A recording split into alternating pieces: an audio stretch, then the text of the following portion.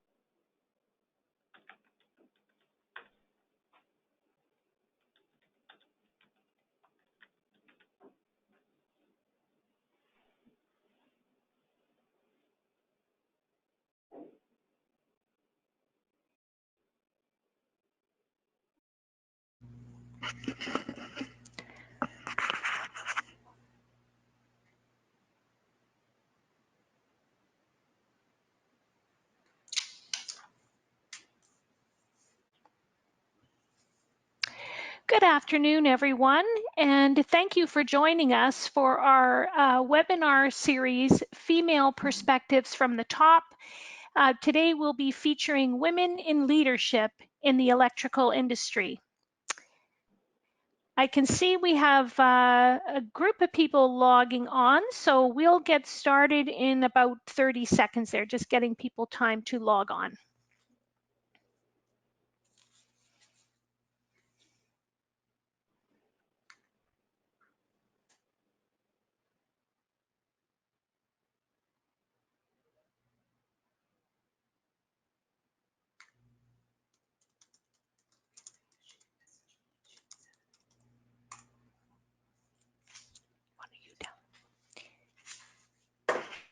Okay, welcome everyone, and so pleased to be here with you today to begin our webinar series, Female Perspectives from the Top.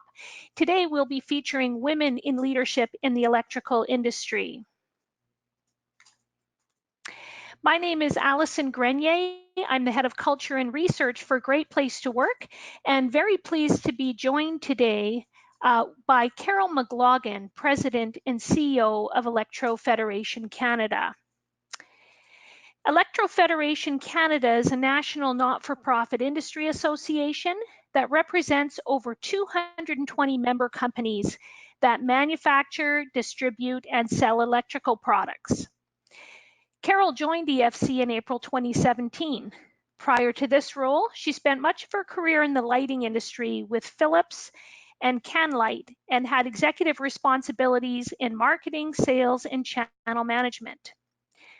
During Carol's time in the lighting industry, she spent several years volunteering with EFC as chair of the Supply and Distribution Council in 2002 and chairman of the board in 2006.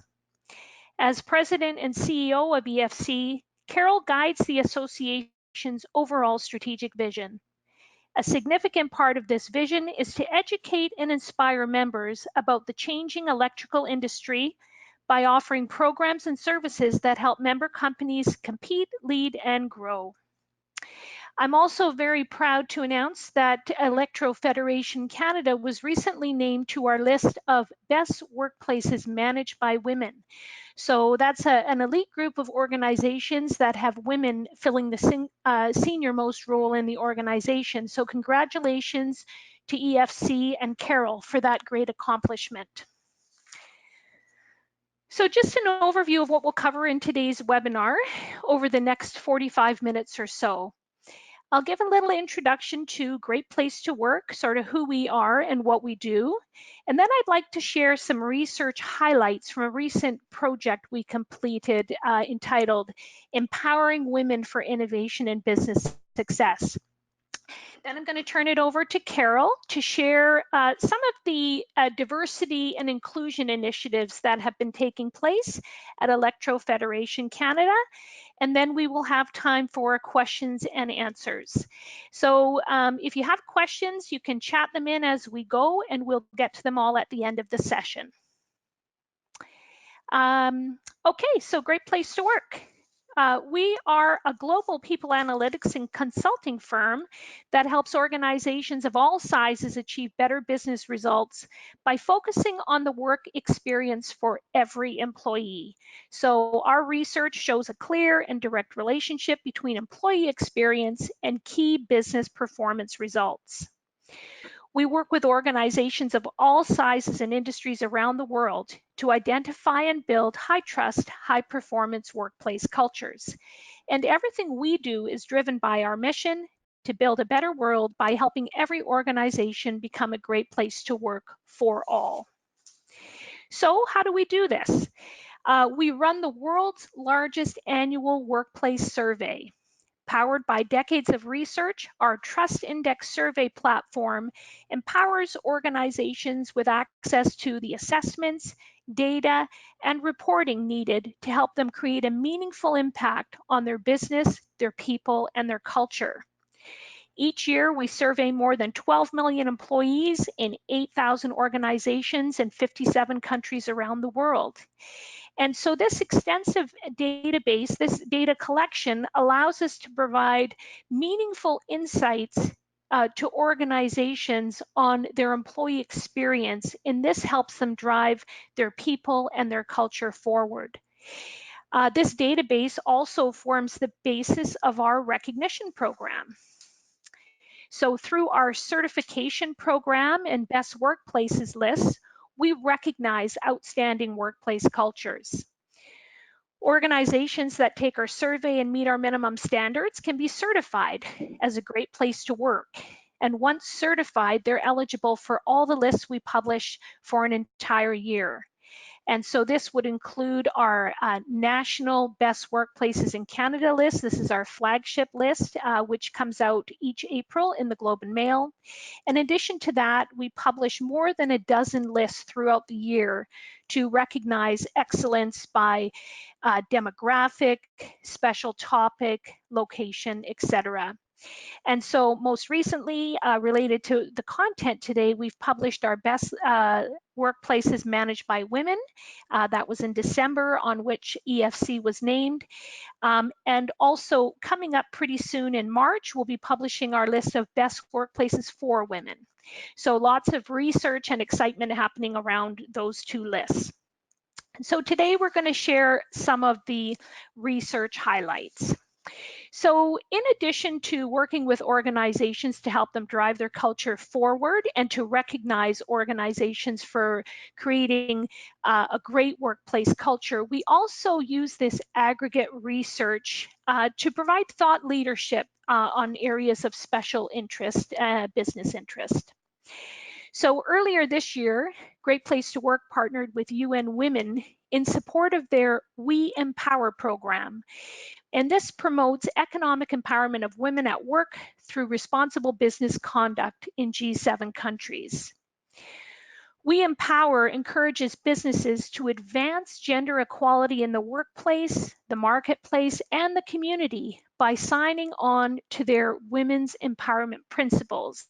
And so you can see these highlighted on the right of the screen, principles encompassing not just, equality of advancement and hiring women in the workplace, but it's a much more holistic view of empowering women. So the project we conducted with them, we integrated Great Place to Work research, which was based on over 63,000 responses to our Employee Trust Index survey from over 300 Canadian organizations. So we basically overlaid that with the women's empowerment principles to provide some unique insights into the key impact and best practices for more effectively engaging, empowering women in innovation in particular. And so there were three key insights or three key takeaways from this research. First, and probably not surprisingly, a culture of innovation provides the foundation for organizations to emerge into new markets, conceptualize and create new products and services, anticipate opportunities, and make really quick adjustments. Structures that enable employees to test new ideas, these really help organizations bring their winning concepts to the market. Trust, gender, equality, and inclusion are all critical aspects of a well-functioning innovation process. People from throughout the organization, so all levels, all roles, all backgrounds, they need to be willing and empowered to take risks, share their best ideas, and be allowed to learn from failure and collaborate intensively. And so one thing we know is that women have traditionally been underrepresented in the innovation by all equations. So that's the first key finding. Second, we found that creating inclusive, high-trust cultures that engage, support, and empower women is good for innovation, good for employees, and good for business. So we assessed using a few different metrics, including corporate financial performance. You can see the graph on the screen here, and we'll be providing everyone with a copy of these slides, just FYI. We also assessed for voluntary turnover and talent management and utilization. And regardless of which metric we assessed, the findings were pretty clear and consistent. Empowerment of women is integrally linked to an innovation by all, and in turn to enhance people and business success. And so by studying our best workplaces for women, we have seen them dramatically outperform lower scoring workplaces on all key corporate and employee performance metrics. And so the key message here is the link between an innovation by all culture and business success, regardless of how you measure it.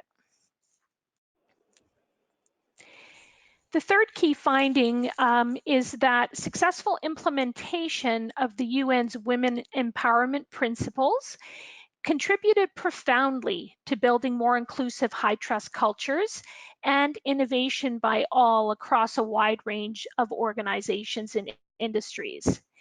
And so, as I introduced a little bit earlier, these women's empowerment principles were 7 key principles that organizations can actually sign up and commit to them. And I'll send you the link at the end of today's session. So when organizations focus on implementing these principles, they really underscore the importance of several key conditions for success. So the first one is high-level corporate leadership. And this is really about including leaders who embody the best values by promoting gender equality within the organization through their policies and practices, and then reinforce and set the tone for effective two-way communication. The second principle, fairness of treatment. This is really about respect, equality, and support to ensure equal opportunity, inclusion, and workplace policies and practices that are free from gender-based discrimination. The third, health, safety, and well-being of people. This includes psychological and emotional safety, as well as physical safety, and healthy workplaces for all women and men in the workplace. Training, professional development, and career advancement of women, including both formal programs and on-the-job experience to learn and grow.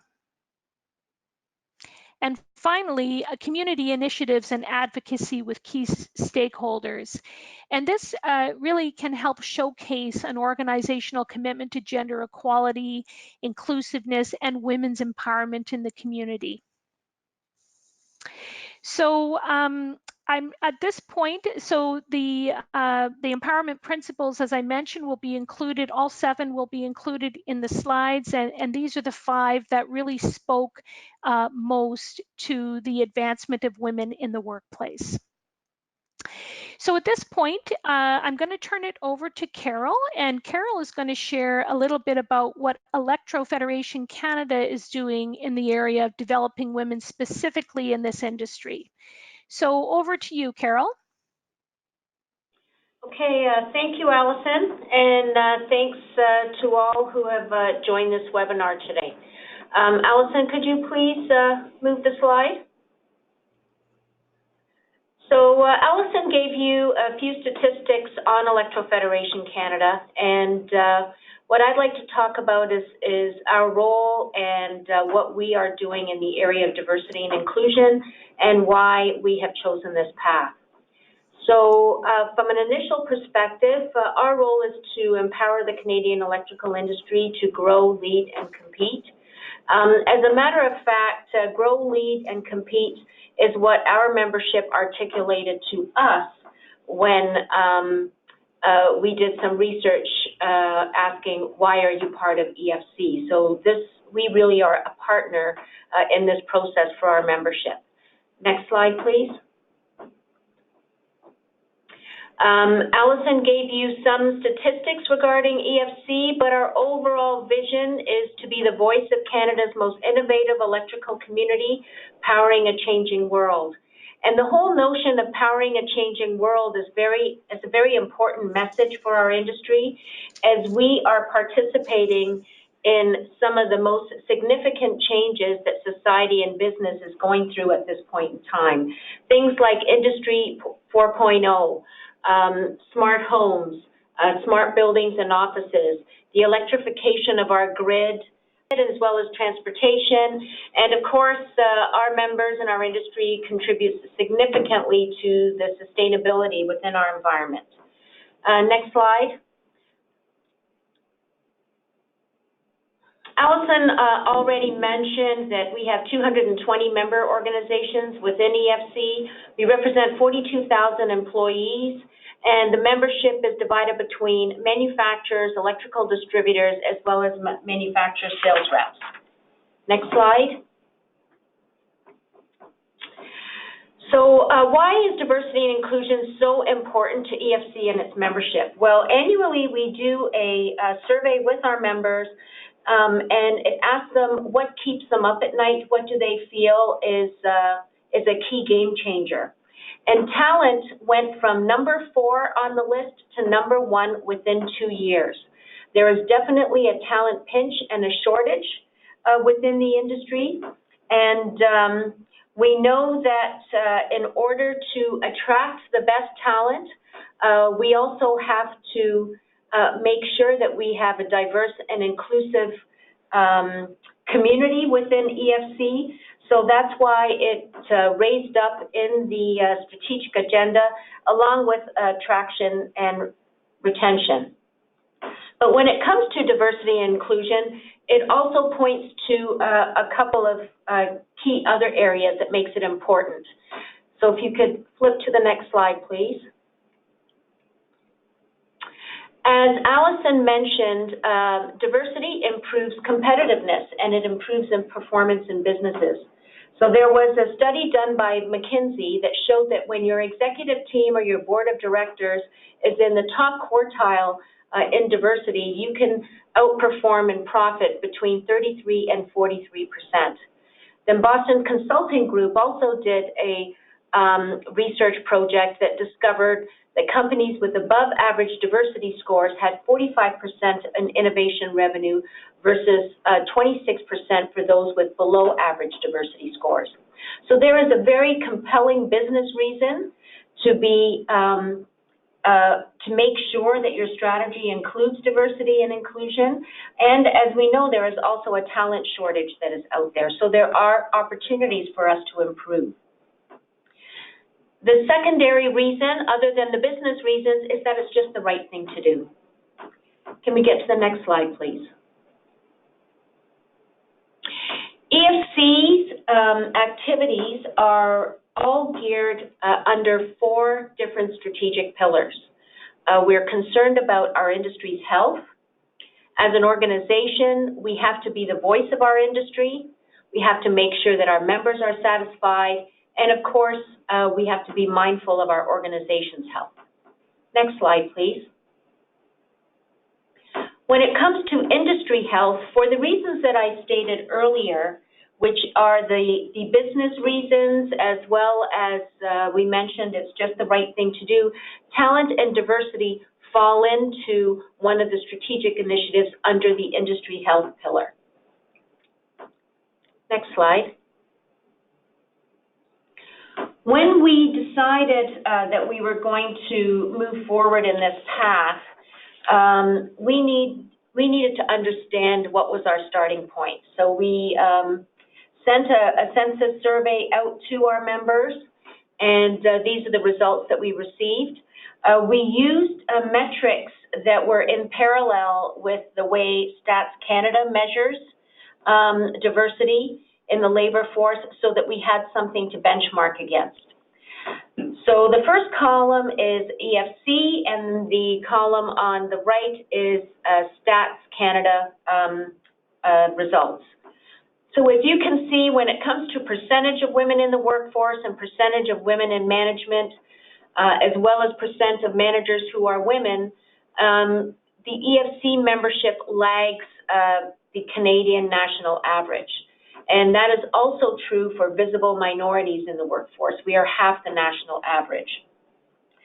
So this poses an issue, of course, for the industry.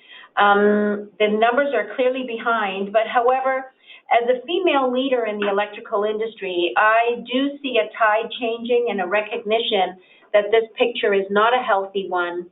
And rather than just talk about change or pay lip service to the change, we're putting a stake in the ground, including it in our strategies, and encouraging our members to do the same.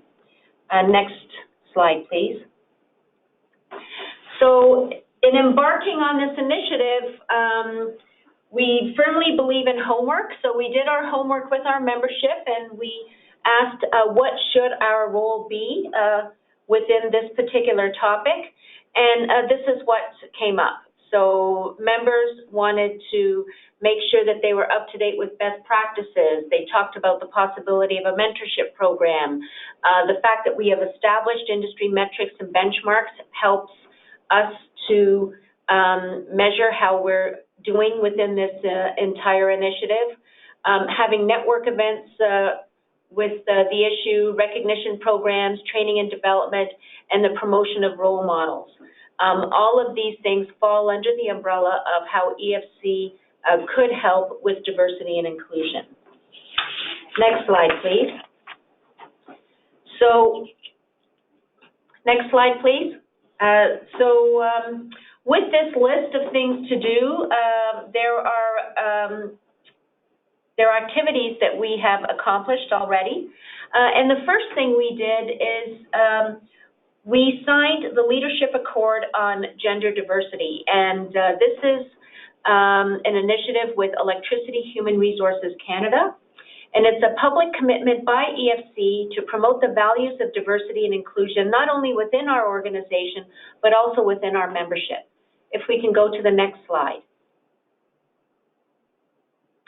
The Leadership Accord allows you to have two different signatories, and we are an advocate. And as an advocate, we will promote the advancement and the role of women, and have committed to actively engaging in outreach and promotion of such, as well as speaking about the Accord with our membership to encourage them to be official signatories.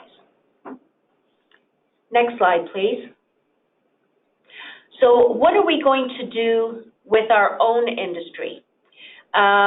First, we need to develop a diverse bench strength. And then second, we want to deal specifically with female empowerment. Next slide, please. In developing a diverse bench strength, and this does not differ from the research that Allison talked about earlier, first and foremost, we need to deal with the leaders in the industry.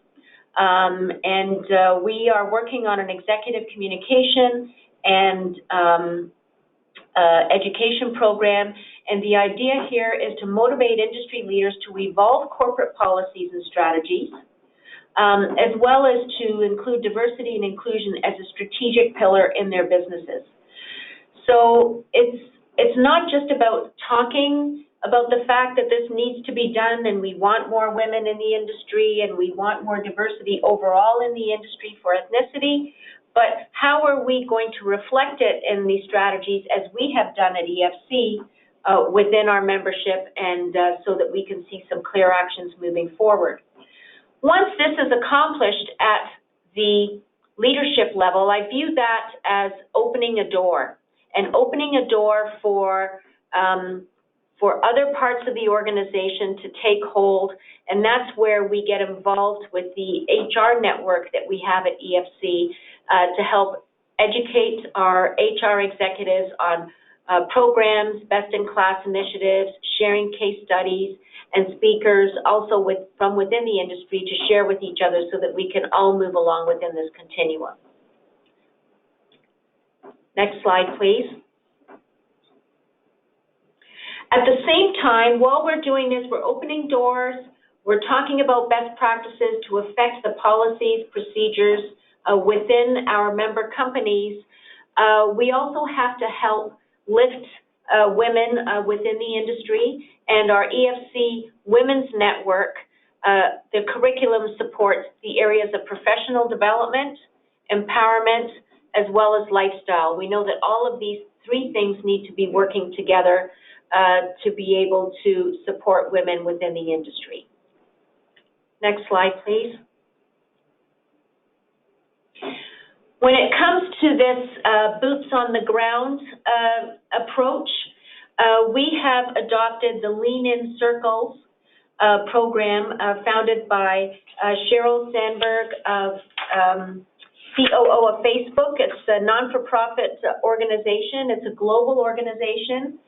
And there is an online resource that's available where there's a menu of development topics on leadership, building confidence, negotiation, work-life balance, challenging gender bias. There are several, we'll call it TED Talk or seminar type programs available. We are going to be running Lean In Circles in Toronto, Montreal, and Halifax. We've already run some test circles in these areas, and we will look at expanding beyond that once these are up and running. The beauty of the Lean In Circle program is that each region can customize the content and the format so that it can be delivered locally and targeted specifically to the members' needs within that Lean In Circle and what value they're looking for within this women's network. Next slide, please. So to summarize and how we're involved in creating this culture of diversity and inclusion is, clearly first we had to understand where our starting point is. It really was no surprise that we were going to be behind the curve on this, but as I said, there is a tide of enthusiasm and interest in moving this forward. We need to start at the top, which is very similar to the UN recommendations, as well as the research that policies and new ways of working need to be seated at the executive level. So that is definitely one of the areas of focus. Then we need to flow down on the best practices via our HR network, and launching the Women's Network and building the online portal of resources will help us lifting women overall within the electrical industry. So that's the summary of our initiative. That's the summary of our activity to date. And just want to thank Allison and Great Place to Work for the opportunity to participate in this webinar. I'll hand it back to you, Allison. Thank you so much, Carol, for such an enlightening presentation. I certainly learned a little bit about some of the things that are happening in inclusion and diversity within the electrical industry. I think one thing where I really want to echo what your key message is this whole notion of corporate commitment at the highest level to advance inclusion within the workplace. So this is an initiative that really needs to start at the top, but then it needs, as you put it, boots on the ground, making things happen. And so the corporate commitment is necessary, but not sufficient for moving things forward. So whether you're signing on with the women's empowerment principles, with the Accord, as Carol mentioned, I think making that public commitment is a really great starting point for organizations looking to advance the advancement not only of women, but more broadly inclusion initiatives within the organization. One thing we know from our research is that the corporate commitment needs to be there, or the other efforts fall flat. But with a corporate commitment, it needs to be more than lip service. It needs to be commitment, usually with a senior leader as the sponsor, the executive sponsor for that inclusion committee, often with a budget, regular meetings, the time commitment has to be allocated as well. So I think, it's interesting that regardless of whether you're using Great Place to Work data or UN data or the data that Carol shared, I think we all see there's a compelling business case for developing more inclusive work environments. And within the electrical industry in particular, we definitely have a talent shortage. So with all that in mind, we're still facing some serious challenges leveling the playing field within this. Allison, the audience can hear me, but we cannot hear you, and we won't be able to do some questions. So what we can do is, Allison did have a question prepared for me, and what I'll do is I'll answer that question.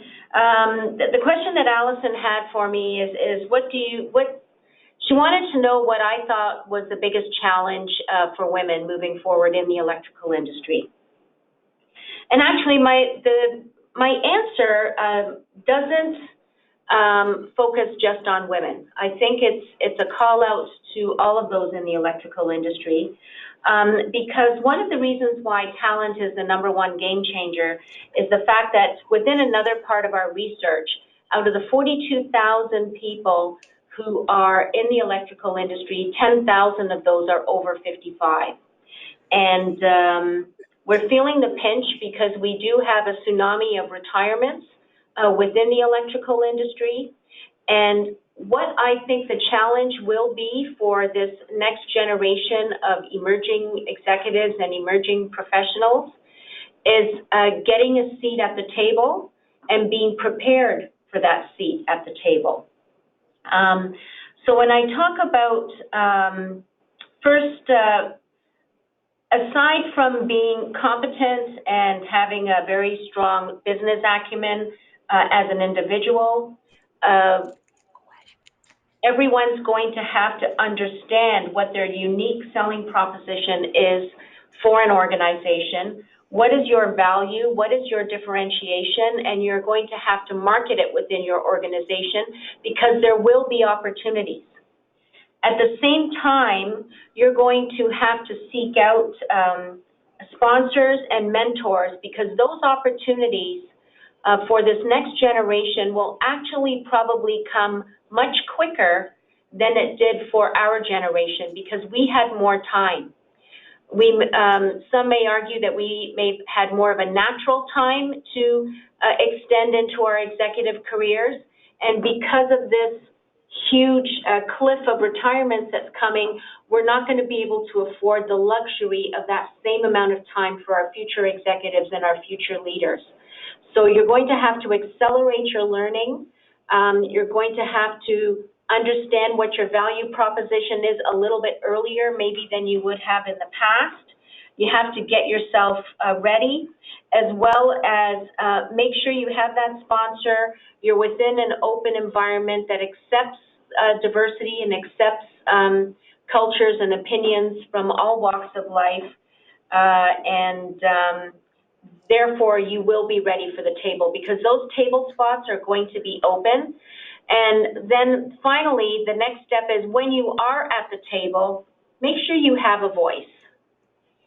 Make sure you're stepping up, that you're making your opinion be learned and heard, because that's also very important. Just sitting at a table is not enough. You actually have to contribute and participate and make a difference. Thanks, Carol. That is certainly great advice, and really highlights sort of the challenge for the younger generation in this industry, but also the opportunity. And you quite rightly pointed out the really tight time frame. You know, people in my generation maybe have been waiting a long time for a seat at the table, and many in my cohort would say, "Oh, I've been ready for a while." But for the younger generation, it's happening much quicker. Other question that came in, and maybe you can shed some light here, is Electro-Federation doing anything with the upcoming pipelines so young girls and women in school and how to attract more. I know there's a lot happening broadly in STEM to attract women and girls to that line of work, but is there any partnerships or affiliation with those programs? Not at this point, and it's just because we have only started. Our initiative is quite new. It's less than 2 years old, and because of that, we want to walk before we run. So I think at this point we're going to be focusing on the core activities that I talked about earlier, and once those get developed, then we can expand into other areas. We do, however, at EFC have initiatives of outreach through our scholarship program, we're also partnered with RIPEN, which promotes in-class projects. So we are exposing our industry to the younger generation of a fully diverse and inclusive background from that perspective. Oh, great. Yeah. So, okay, so we're almost, we've got a few minutes left, but one final question for you. If you were to, if you've got an organization in the electrical industry that recognizes they're not as diverse and inclusive as they would like to be, and they're looking to get started, what would be the first starting point for those organizations? Well, I would say there's two things. One, they could take a look at Electricity HR's Accord and take a look at being a signator on that Accord. It gives very practical tips on how to incorporate diversity within your organization. So there's a ton of great information there to start, as well as they can have their people or the senior leadership engage in our HR network as we are making diversity and inclusion a standard pillar within the network meetings. So we will continuously provide education in that area.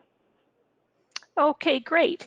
And I think similarly from the Great Place to Work, and we work specifically with many organizations who are coming to us for exactly that reason, to create a more inclusive workplace to help drive their business results. So they realize they need to do it, they're just not sure how.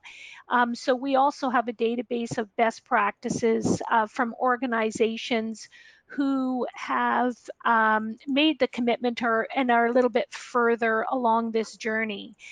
So that would be available to organizations that want to tap into that. So Carol, did you have any final questions for me before we leave the audience with resources? No, I'm good. Thank you very much. Okay, great. So I'm just going to advance to the last slide here. So we are leaving you with a couple of resources. One of them is a copy of the report, the research report, Great Place to Work, conducted with UN Women.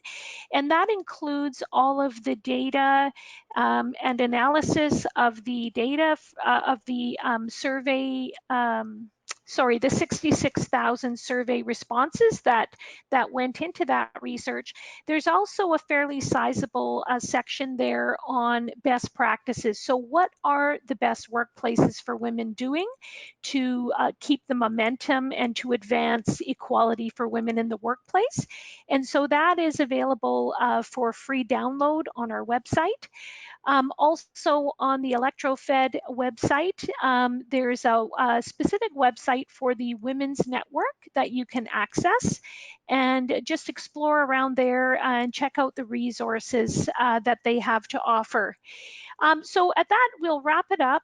And Carol, thank you again for all your insights from the electrical industry. And thank you all for joining us today. We will be emailing you a copy of these slides within the next 24 hours. If you would like if you work in the electrical industry and you're not already involved in the Women's Network, please do so. Please get involved. If you would like to learn more about Great Place to Work and how you can get involved in our program, or if you think you already have a great workplace for women, contact us on our website and we will help you get started with our program. So thanks to all. Have a great day. Bye-bye. Thank you.